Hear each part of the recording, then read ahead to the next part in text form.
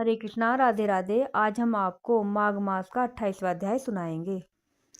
इतनी कथा सुनाने के पश्चात महात्मा देवदूति ने कहा कि हे पिशाच, उस ब्रह्मा राक्षस अर्थात प्रेत योनिधारी वसु की यह बात सुनने के पश्चात वह धर्मात्मा पथिक कौतूहल एवं जिज्ञासा से ग्रस्त होकर कहने लगा, हे सौम्य, अब तुम कृपा करके उन ज्ञानी पुण्यात्मा सारसों की कथा सुनाने का कष्ट करो, जिनकी बातें याद करके आपके दुखी हृदय को शांति मिलती है। मैं उन सारसों की कही हुई बातें सुनने की अत्यंत उत्सुक हूँ, जिनके द्वारा कहे गए वचनों को तुम इस दुखी दशा में भी स्मरण करके सुख और शांति का अनुभव करते हो। महात्मा देवदूति आगे बोला कि हे पिशाच, उस धर्मात्मा पाथिक की बात सुनकर वह प्रेत योनिधारी ब्रह्मा राक्षस अर्थात ब्रह्मा पिशाच कहने लगा कि हे द्विजश्रेष्ठ, एक समय मैं अत्यंत तीव्र भूख और प्यास से व्याकुल होकर इसी पर्वत पर एक और काफी दूर तक निकल गया था।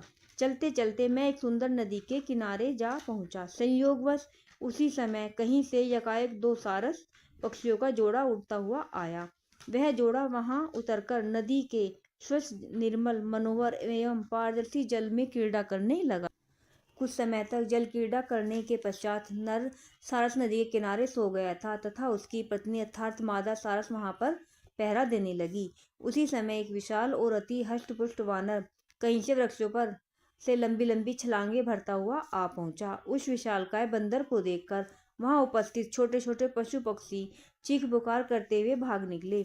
मादा सारस नर सारस को सचेत कर पाती, इससे पूर्वी बंदर ने नदी के किनारे सोए हुए नर सारस की दोनों टांगे पकड़कर अपनी ओर खींची। पति की विपत्ति तथा दुख से ग्रस्त देखकर मादा सारस भी व्याकुल एवं दुखी हो गई, परंतु भयभीत होकर पलायन नहीं किया। वानर द्वारा अपनी टांगे पकड़े जाते ही नर सारस की निद्रा भंग हो गई। स्वयं को एक विशालकाय और हष्टपुष्ट वानर द्वार पर खड़ा हुआ देखकर वह एक पल के लिए पूर्ण भयभीत होकर वाक शक्ति खो बैठा और मौन हो गया। थोड़ा प्रकृति त्रस्त होने से वह नर सारस साहस जुटाकर उस विशाल वानर से बोला, हे कपिश्रेष्ठ सज्जन, जीव कभी भी निरपराध प्राणियों की को यंत्रणा देकर बेकार में नहीं सताते। आप मुझ निर्दोष को क्यों कष्ट दे रहे हैं? हे शाखामृग, हम निर्दोष पक्षीगण वन में रहते हैं तथा आकाश में विचरण करते हैं। हम हिंसा, पाप, अन्याय, कदाचार इत्यादि से मुक्त रहकर अपना गृहस्थ जीवन व्यतीत कर रहे हैं, अतः मुझे कष्ट देना एवं पीड़ित करना आपके लिए उचित नहीं है।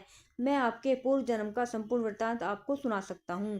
सारस के वचन सुनकर वह उत्पाती एवं चपल बंदर ने सारस की दोनों टांगे अपने हाथों के बंधन से मुक्त कर दी। उसने पूर्ण स्वर में कहा, तुम एक साधारण, शांत और सहज तथा ज्ञान से हीन पक्षी हो। तुम्हारी तुलना में मैं तुमसे बड़ा शक्तिशाली एवं बुद्धिमान हूँ।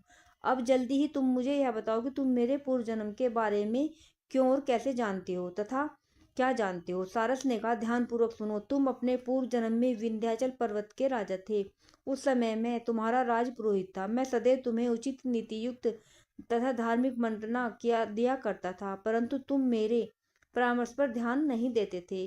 अज्ञान, अहंकार तथा लोलुपता से वशीभूत होकर तुम प्रजा का उचित रूप से पालन नहीं करते थे। तुम अपनी प्रजा पर अनेकों अनुचित कर आरोपित कर उनका शोषण करते हुए अपने राजकोष की वृद्धि करते रहते थे। इस प्रकार प्रजा का शोषण, अन्याय और धर्म विरोधी आचरण करते हुए तुम्हें कई वर्ष व्यतीत हो गए।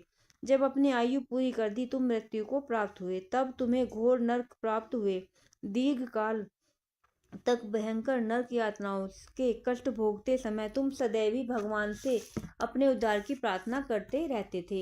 हे वानर, नरक भुगतने के पश्चात शेष पापों को भोगने के लिए तुम्हें यह वानर योनि प्राप्त हुई है। इस वानर योनि में भी तुम हिंसा तथा पाप में लीन होकर निरपराध प्राणियों की हत्या का पाप करके पुनः उसी नरक यातना में लौटने की स्थिति बना रहे हो। तुम हिंसा तथा उत्पीड़न का पूर्ण परित्याग कर दो ताकि सद्गति प्राप्त कर सको। सारस ने आगे कहा, मैं जब पूर्ण जन्म में तुम्हारा राजपुरोहित था, तब मैं पूर्ण धार्मिक जीवन व्यतीत करता था। हिंसा तथा पापों से दूर रहकर भगवान विष्णु की आराधना किया करता था। यही कारण है कि मृत्यु के पश्चात मैं काफी समय तक स्वर्ग में रहा। ईश्वर भक्ति की शक्ति से मुझे अपने इस वर्तमान सारस जीवन में भी अपने और तुम्हारे पूर्व जन्म के वृतांतों का पूर्ण स्मरण है। कथा का अंत करते हुए सारस ने कहा, प्राणी को अपने पूर्व जन्म में किए हुए कर्मों का फल अवश्य भोगना पड़ता है। यह सृष्टि का विधान है। देवता भी इस विधान का उल्लंघन नहीं कर सकते।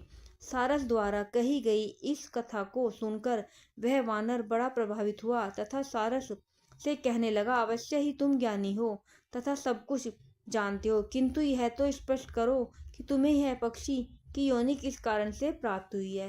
राधे राधे।